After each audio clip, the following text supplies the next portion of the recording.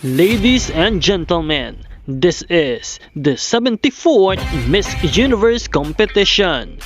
This is now 2204 and don't forget to like and subscribe.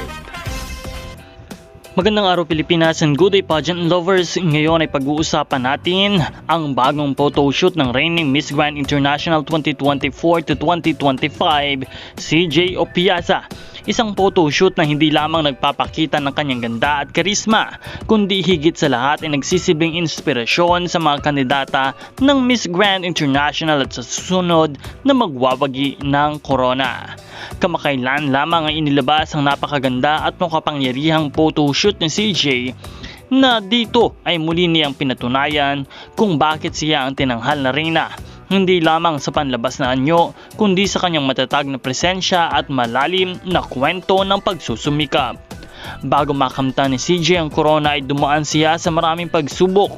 Nagsimula siya bilang isang pangarap na tila malayo.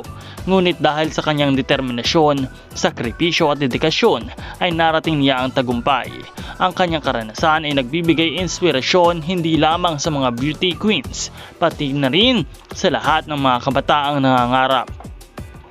Sa kanyang panunungkulan bilang Miss Grand International ay patuloy siyang nagbibigay ng boses sa kapayapaan at pagkakaisa, ang pinakapuso at advokasya ng Miss Grand. Kaya naman, ang kanyang photoshoot ay hindi lamang isang pagpapakita ng kagandahan, kundi simbolo rin ng lakas, pag-asa at inspirasyon. Para sa mga kandidatang sasabak sa Miss Grand International, ang mensahe ni CJ ay malinaw. Ang corona ay hindi lamang para sa pinakamaganda, kundi para sa may pinakamalaking puso at tunay na layunin. CJ Opiaza is more than just a beauty queen.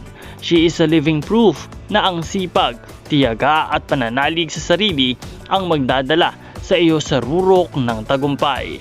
Kaya naman siya ay isang huwaran na dapat tularan ng bawat isa. Kung nagustuhan ninyo ang vlog na ito ay huwag kalimutan na i-like, i-share at i-subscribe para sa mas marami pang pageant updates at inspirasyon.